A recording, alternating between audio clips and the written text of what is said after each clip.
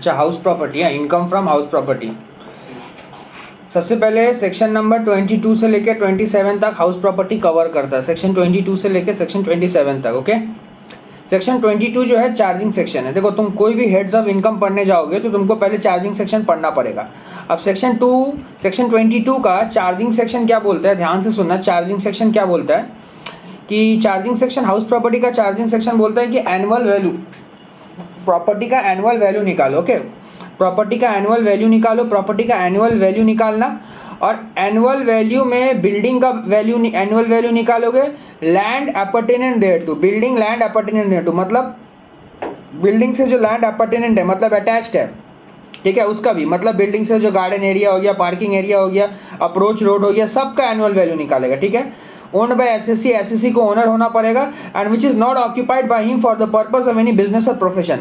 अगर वो एसएससी अपना बिजनेस और प्रोफेशन चलाता है तो हाउस प्रॉपर्टी में इनकम नहीं आएगा। ध्यान से याद रखना, जो प्रॉपर्टी है, जो हाउस प्रॉपर्टी, उसमें अगर हम अपना बिजनेस और प्रोफेशन चलाते हैं तो वो हाउस प्रॉपर्टी में इनकम शो मत करना। ठीक है, तुमको अगर कोई सम्स दे और बोले कि जो ओनर है, जो एसएससी है, वो खुद अपना बिजनेस, अपना प्रोफेशन चलाता है, तो बोलना हाउस प्रॉपर्टी में नहीं आएगा, पीजीबी में जाएगा। अच्छा, carried on by him chargeable to tax. देखो यहाँ पर एग्जांपल दिया, मिस्टर ए ने मिस्टर बी को कुछ बेचा है, सेल किया है, तो भैया सेल करेगा तो कहाँ जाएगा, कैपिटल गेन में जाएगा। बी ने सी को क्या किया, लीज पे लगाया, तो लीज पे लगाया तो रेंट मिलेगा, रेंट मिलेगा तो क्या होगा बोल तो एचपी इनकम है। एचपी इनकम है किसके हैंड पे, बी के हाथ पे। ध्यान से सुन, ए तो बी को बेच दिया ना, तो बी ओनर है, अब बी उसको रेंट पे लगा रहा है, लीज पे लगा रहा, तो बी को कुछ भी मिल रहा रेंट, तो कहाँ जाएगा, हाउस प्रॉपर्टी में। अच्छा, लिखा the head cover income from lease house property and not income from sale of house property. हाँ, सही बात है, हाउस प्रॉपर्टी वाला हेड में हम लोग लीज प्रॉपर्टी को लीज करके जो पैसा मिलता है वो लेते हैं, लेकिन सेल करके जो पैसा मिलता है वो नहीं लेते। अगर कोई भी प्रॉपर्टी को तुम सेल करते हो तो वो इनकम हाउस प्रॉपर्टी में शो नहीं करोगे, वो तुम शो करोगे अगर एसेट्स बेच के पैसा ले रहे हो तो कैपिटल गेन में, और कुछ बिजनेस का एसेट्स है तो पीजीबीपी में जाएगा। ठीक है, और अगर रेंट वगैरह लेके, लीज वगैरह करके पैसा आता है तो हाउस प्रॉपर्टी में लगा देना। चार्जेबिलिटी का कंडीशन क्या बोलता है, there must be a building होना चाहिए, वैकेंट लैंड नहीं होगा, बिल्डिंग होना चाहिए, ओनर होना पड़ेगा, एसएससी को डीम्ड ओनर भी होगा, बाद में पढ़ेंगे। तीसरा पॉइंट में बोले कि एसेट्स को तुम अपना बिजनेस और प्रोफेशन में यूज नहीं कर सकता। अगर तुम तीनों का तीनों कंडीशन फुलफिल कर दिया तो तुम्हारा इनकम को हाउस प्रॉपर्टी में हम लोग शो कर देंगे। ओके, कोई दिक्कत नहीं। आइए छोटा छोटा इलस्ट्रेशन सब है, क्या बोलता है देखो।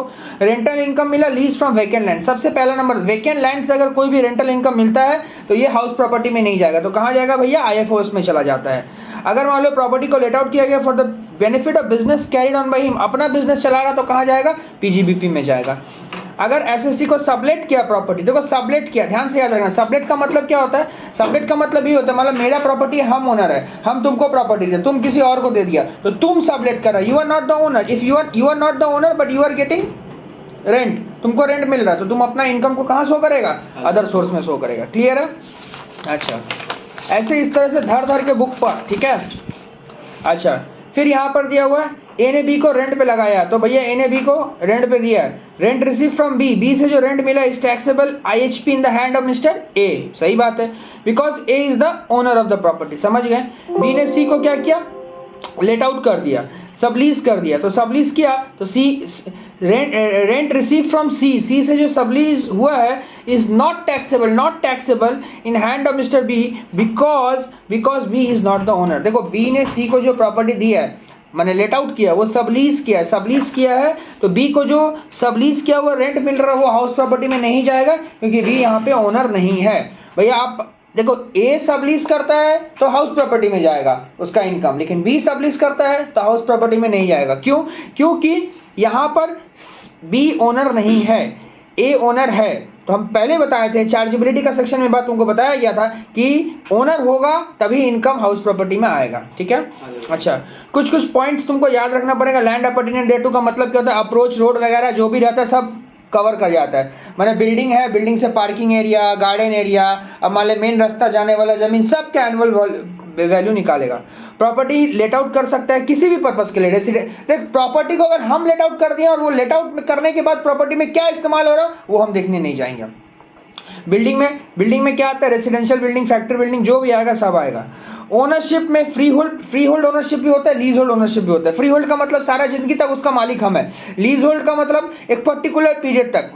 मान ले हम एक प्रॉपर्टी खरीद रहे हैं लीज पे। लीज का मतलब होता है कि एक पर्टिकुलर पीरियड तक हम ओनर है, फिर बाद में मैं ओनर नहीं रहूंगा। तो लीज होल्ड प्रॉपर्टी को भी अगर मैं रेंट पे लगाता हूं, जो रेंट आएगा मैं IHP में दिखा सकता हूं, लीज होल्ड प्रॉपर्टी का भी। ओके, सबलेट और lease hold is different thing. Property को लेट आउट करना पड़ेगा और वो टेनेंट उस पर रेंट पे करेगा। तो ओनर को अगर टेनेंट पे करता है रेंट, तो वो कहाँ चला जाएगा? IHP में चला जाएगा। रेंटल इनकम IHP में जाता है, और अगर बिजनेस है तो PGBP में जाता है। समझ गए भैया? एग्जाम्पल्स बोले mister X own some space of factory which use for his own business purpose. अच्छा ध्यान से सुन, मैंने फैक्ट्री का कुछ जो स्पेस है, मैंने ऐसा यहाँ क्या बताना चाह रहा है example, mister X own some space of the factory का कुछ स्पेस है। मैंने यहाँ ऐसा बोलना चाह रहा है, एक बड़ा सा मेरा फैक्ट्री है, मान लो 1000 स्क्वायर फीट का फैक्ट्री है। 800 स्क्वायर फीट को मैं क्या किया? रेंट पे दे दिया। बचा कितना स्क्वायर फीट? 200 square feet. उसको मैं खुद का इस्तेमाल करता हूँ, तो खुद का इस्तेमाल करता हूँ खुद का बिजनेस करने के लिए, तो फिर वो प्रॉपर्टी मेरा क्या हो जाएगा? वो जो 200 स्क्वायर फीट के लिए मैं जो खुद इस्तेमाल करता हूँ, वो मेरा PGBP इनकम में चला जाएगा। ये बताना चाहता है। Bank let out property to employ concessional price. देखो कंसेशनल, ध्यान से याद रखो, एक चीज हम बताते हैं। मान ली मेरा एक बहुत बड़ा फैक्ट्री है, ठीक है, सुन ध्यान से, मेरा एक बहुत बड़ा फैक्ट्री है। Factory of course remote area में होता है। एग्जांपल सुन, फैक्ट्री रिमोट एरिया में होता है। अब मैं देख रहा हूँ कि मेरा जो लेबर लोग है, उन लोगों को आने जाने में दिक्कत हो रहा, ठीक है। तो मान ले मेरा फैक्ट्री जहाँ है वहाँ से उन लोगों का घर 200-400 किलोमीटर दूर है। तो हम बोले ठीक है, एक काम कर, हम तेरे को घर का बंदोबस्त कर देते। बोले ठीक है, अच्छा बात है। हम क्या किए, मेरा जो अपना घर था वहीं पे उन लोगों को हम भाड़ा पे दे दिए। हम बोले देख, बाहर वाला से तो हम 1000 रुपया करके भाड़ा लेते हैं, लेकिन तू लोग मेरा अपना एम्प्लॉय है, तो हम तेरे लोग से 600 करके भाड़ा लेंगे। अब यहाँ जो मेरा एम्प्लॉय मेरे को प्रॉपर्टी मैंने रेंट पे कर रहा है, यहाँ जो मेरा एम्प्लॉय मेरे को रेंट पे कर रहा है, हाउस प्रॉपर्टी इनकम ये नहीं है, ये PGBP इनकम है। क्योंकि ये जो आप अपना प्रॉपर्टी को रेंट पे चढ़ा रहे हो, क्यों चढ़ा रहे हो? धंधा को आगे बढ़ाने के लिए। समझ में आया बात क्या बोले? वही लिखा है, bank let out property to employ at concessional price. यहाँ पे कंसेशनल प्राइस में अगर मैं प्रॉपर्टी को लेट आउट करता हूँ and to expand our business, धंधा चलाने के लिए, तो भैया ये PGBP में जाता है। समझ में आई है बात? Y limited rent out some factory space to nationalise bank for locating a branch. हाँ, एक ही बात बोला यार। अरे एक नेशनलाइज बैंक है, बैंक के नीचे ATM वगैरह खुलेगा, तो ये क्या है? बैंक का बिजनेस बढ़ाना चाह रहा, तो ये सब PGBP इनकम में जाएगा, हाउस प्रॉपर्टी इनकम में नहीं जाएगा। भले ये रेंटल इनकम है, लेकिन ये सब PGBP में जाता है। अच्छा, अब सेक्शन में आते हैं, सेक्शन नंबर 23। सबसे पहला सेक्शन 23। भैया इनकम कैसे निकलता? हाउस प्रॉपर्टी बचपन से पढ़ रहे हैं, गैप निकालना, म्युनिसिपल टैक्स माइनस करना, नैप डिडक्शन। सेक्शन 20A लेना, 24 लेना। 24A में 30% ऑफ नैप, फिर 24B में इंटरेस्ट ऑन बोरोड कैपिटल करके हाउस प्रॉपर्टी इनकम निकाल देना। अच्छा, एक्सपेक्टेड रेंट कैसे निकलता है? ये सब तो लोगों को पता है, हमको एक्सपेक्ट करते हैं कि पता हो सकता है। म्युनिसिपल वैल्यू फेयर रेंट और standard rent. Municipal value fair rent में जो हायर होगा वो लेना, और उससे स्टैंडर्ड रेंट में जो छोटा होगा वो ले लेना। वो तेरा एक्सपेक्टेड रेंट आ जाएगा। एनुअल रेंट आएगा, वहाँ से तू माइनस कर देना अनरियलाइज, दोनों में जो हायर होगा वो गैप हो जाएगा, फिर वैकेंसी माइनस कर देना। पता ही होगा ये बात, ठीक है। अच्छा आजा, इसके बाद हम लोग जो है इलस्ट्रेशन 1 करते हैं। अच्छा, इलस्ट्रेशन 1 करते हैं। इलस्ट्रेशन 1 बहुत सिंपल है। इलस्ट्रेशन 1, ठीक है, एक बार फिर से मैं कराता हूँ, ठीक है। हो चुका है, अगर तुम्हारा हो चुका है तो वीडियो को बंद करके कर लो, आंसर मिला लो, ठीक है। अच्छा देखो क्या बोल रहा है, ABC। एक हम कर देते हैं A, municipal value fair rent standard rent. पहले एक्सपेक्टेड रेंट निकाल। अच्छा ये बुक में कर लेना।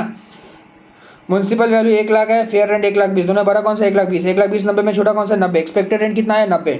एनुअल रेंट कितना है? 1,10। तो गैप कितना होगा? 1,10,000 गैप होगा। हो गया 1,10,000 गैप, 1,10,000 गैप, ठीक है। उसका बाद वाला municipal value fair rent 1 lakh और 1,20,000, और 1 लाख में बड़ा कौन सा? 1,20,000। 1,20,000 1,10 में छोटा कौन सा? 1,10। 1,10 और 90 में 1,10 और 90 में बड़ा कौन सा? 1,10। तो गैप आएगा 1,10। समझ में आ रहा है ना? ईजी है बॉस, ईजी है, बहुत ईजी है। अच्छा फिर C नंबर वाला, C नंबर का आंसर 1 लाख और 1,10 में बड़ा 1,10। 1,10 1,20 में छोटा 1,10, तो 1,10 हो गया एक्सपेक्टेड रेंट। 1,10 एक्सपेक्टेड रेंट और 1 लाख था, तो 1,10 आ गया मेरा गैप, ठीक है। फिर 5 लाख 4,80,000 में बड़ा कौन सा है? 5 लाख। 5 लाख और 4,95,000 में छोटा कौन सा है? 4,95,000 एक्सपेक्टेड रेंट। 4,95,000 6,50,000 में बड़ा कौन सा है? 6,50,000, ले ले, हो गया। फिर 8 लाख 8,40,000 में बड़ा कौन सा? 8,40,000। 8,40,000 और 10 लाख में छोटा कौन सा है? 8,40,000। 8,40,000 7,50,000 में बड़ा कौन सा है? 8,40,000, हो गया, खत्म खेल। क्लियर है यहाँ तक? तो यहाँ तक रहने दो, ये आपका फर्स्ट क्लास था पूरा, ठीक है। 4-5 वीडियो ऐसा मिलेगा, हाउस प्रॉपर्टी खत्म हो जाएगा।